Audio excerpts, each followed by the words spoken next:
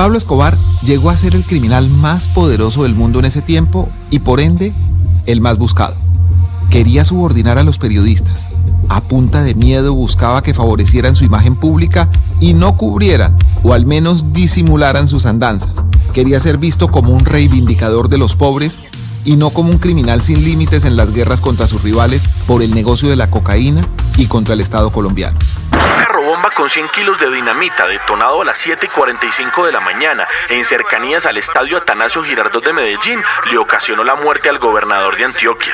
Según el expediente, fue asesinado por error, pues los sicarios del cartel de Medellín confundieron la caravana del Alto.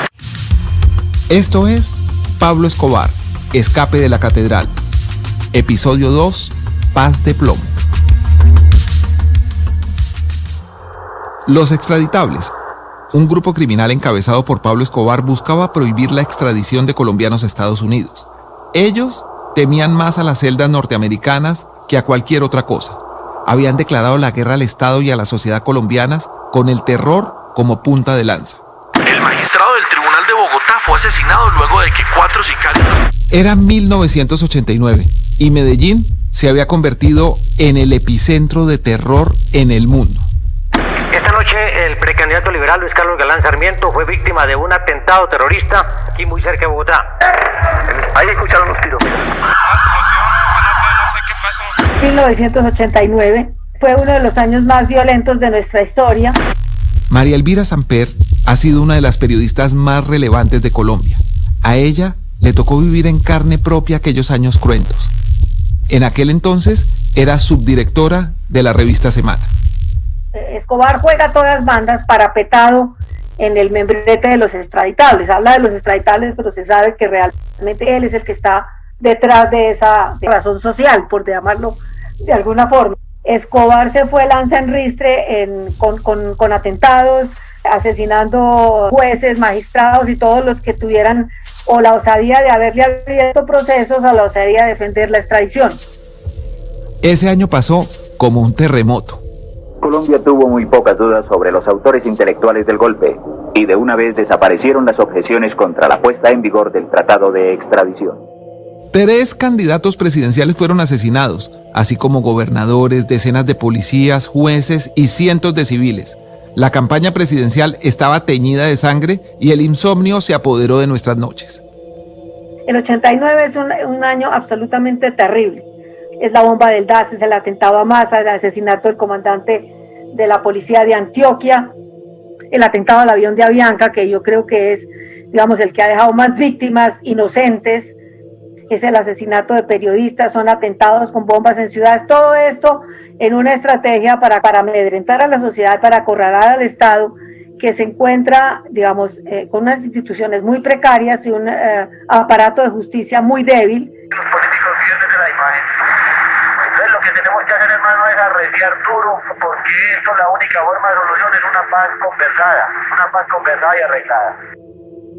Una paz conversada y arreglada, predicaba Pablo Escobar, solo que en su particular idioma sustituía las palabras por bombas, y los arreglos eran en realidad formas de imponer su voluntad mediante el terror. Entonces aquí, hermano, ya estamos decididos que si un peso nos conseguimos, hermano, entonces eso es para quemarle la casa a los ricos, para darle a los políticos, al militar que nos atropelle, al policía que nos atropelle, a los jueces que nos molesten, a los periodistas. O sea que tenemos que crear un caos muy berraco para que nos llamen a paz. Claramente Escobar buscaba negociar a como diera lugar. Pensaba que una tregua era lo único que le permitiría evitar la extradición que tanto temía. Y por supuesto, seguir operando. Pero Escobar conocía solo una forma de negociación: la extorsión. Cuando hay una guerra civil bien berraca nos llaman a paz. Esa es la única fórmula que yo le debo a él. Si nos dedicamos a darle a los políticos, a quemarles las casas y a hacer una guerra civil bien berraca, entonces nos tienen que llamar al diálogo de la paz y arreglamos con todo el mundo y se nos arreglan los problemas. No le veo otra solución. Pero hay que luchar, hermano, hay que poner todo el corazón para esto y nos vamos a morir todos, nos morimos todos. Y nos vamos a morir todos, nos morimos todos. Luis Alirio Calle es un periodista colombiano. Trabajó en el periódico El Mundo y las principales cadenas radiales, Caracol y RCN. Pero se convirtió en uno de los protagonistas de esta historia cuando dirigió el primer noticiero de televisión regional, El Informativo de Antioquia, desde donde emitía una sección de comentarios políticos de la que Pablo Escobar era fanático. Hacha Televisión presenta. Por lo pronto, Luis Alirio, que vivió los tiempos de miedo y metralla, nos cuenta cómo era reportar en aquellos años. Yo en ese tiempo dirigía un noticiero de televisión.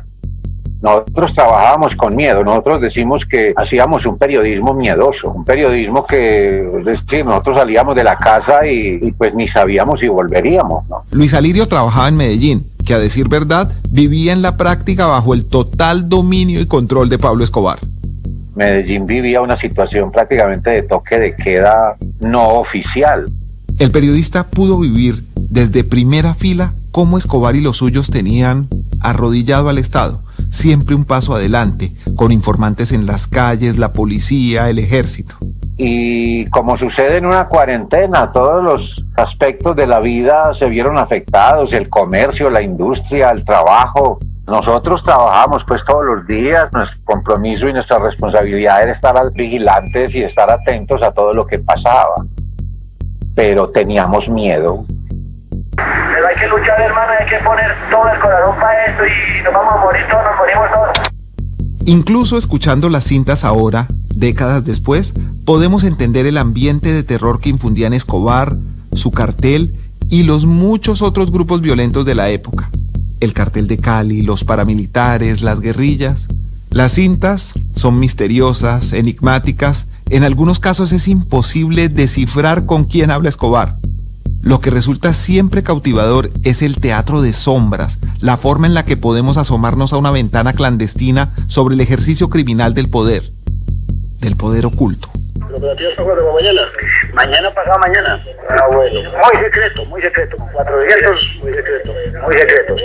A través de las grabaciones se muestra la mente de Escobar, su meticulosidad estratégica, su obsesión por el control, la forma en la que orquestaba una compleja operación a través del teléfono, aparato que aprendió a usar como un arma de guerra.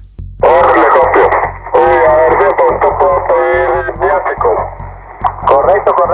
Hable con el que usted sabe que yo le digo ahorita que mañana le da viáticos, pero no se le arrime mucho.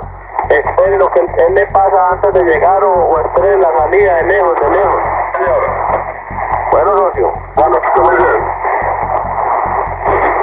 Escobar había teñido de sangre las elecciones presidenciales.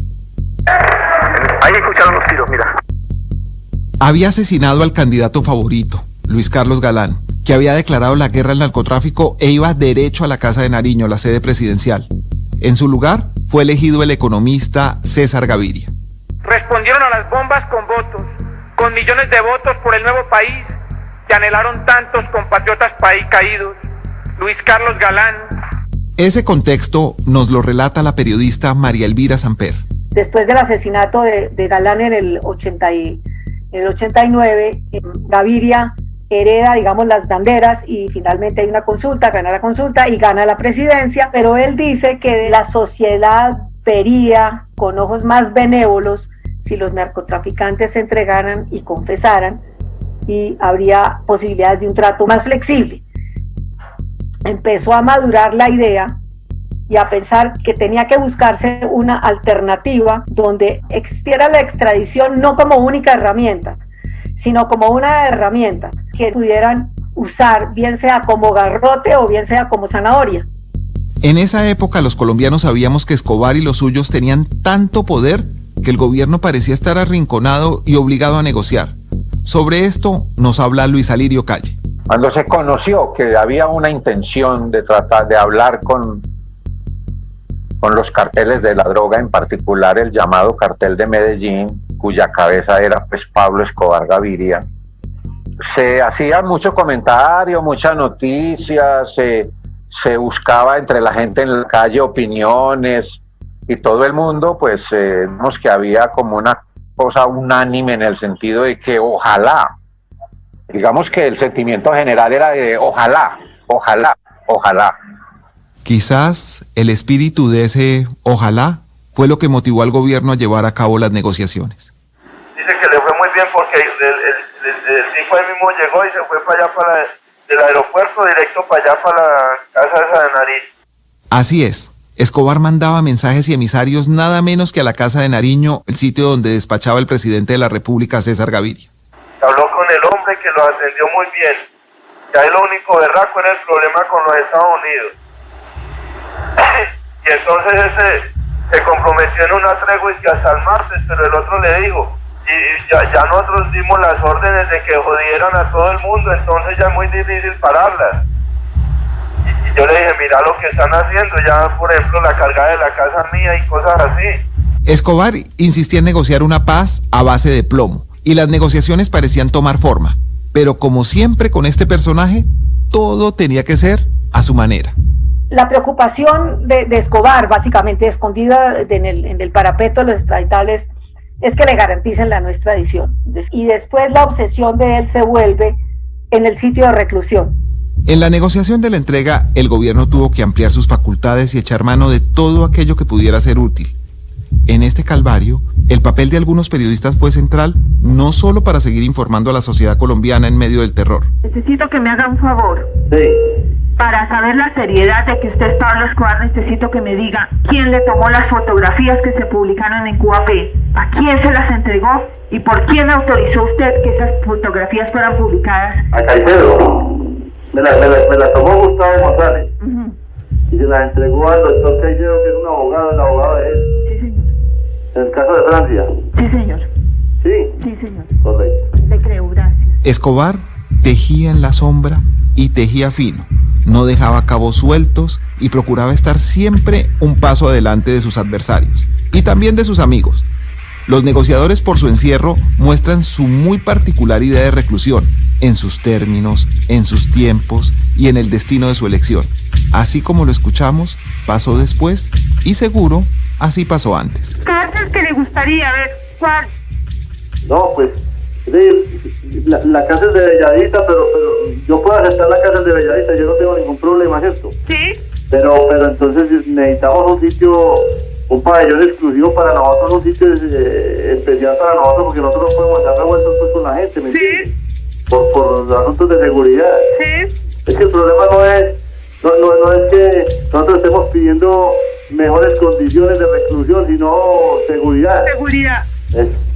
El comentario editorial de Luis Alirio Calle en la televisión era uno de los más vistos en Antioquia. Y entre sus seguidores, como ya les habíamos dicho, estaba Pablo Escobar. Como muchos colegas suyos, Luis Alirio quería entrevistar al capo y tener de viva voz su testimonio en esos momentos críticos. Yo me imagino que muchos periodistas, por caminos inciertos como me tocó a mí, escribieron a Escobar o a personas cercanas a Escobar, buscando entrevistas con él. Yo hice eso.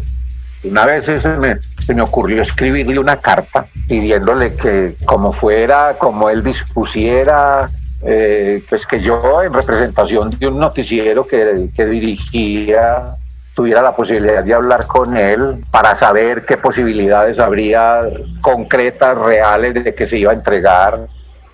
Escobar, para poder garantizar la hegemonía de su voluntad, tenía estrategias en varias pistas. Sembraba desinformación y caos en el gobierno. Tenía en estrecha vigilancia a sus rivales y aliados por igual, y hasta el último de sus días buscó imponer una narrativa que lo ubicara a él como víctima y no como victimario. ¿Cuáles son las medidas de seguridad? ¿Cuáles son los derechos? Porque pues yo tengo derechos, como preso tengo derechos. Medidas concretas de seguridad y derechos. Eso. Ok. Previo a su entrega, después de meses muy convulsos en la vida pública de Colombia, después de muchos muertos, de muchas bombas y mucho terror, casi todo el mundo veía con buenos ojos que se negociara con el capo sanguinario, pero que parara la violencia. Luis Alirio Calle, mientras tanto, esperaba, como casi todos los periodistas de la época, su oportunidad para entrevistarse con Escobar. Y lo que parecía una carta lanzada al mar dentro de una botella, obtuvo una respuesta inesperada. Usted entenderá que uno escribe una carta de esas y no sabía a qué dirección mandarla, a dónde la va a mandar. Por caminos completamente inciertos mandé yo esa carta, casi que con la seguridad de que eso no iba a llegar a ningún lado. Pues obviamente me sorprendió muchísimo días después recibir una carta de Pablo Escobar en la que me decía que había recibido mi carta y que él había pensado que en su entrega, porque su entrega iba a ocurrir, y que quería que no hubiese sino un solo periodista y que ese periodista era yo. Escobar, que era un verdadero genio del mal, llevó todo a una situación insostenible con su régimen de terror y el pacto por su entrega bajo sus términos y condiciones. Ese pacto, como cualquier pacto con el diablo, estaba lleno de trampas y laberintos y por supuesto de sorpresas que se terminarían viendo en el futuro. Próximo episodio. Un sacerdote, un cura y un periodista.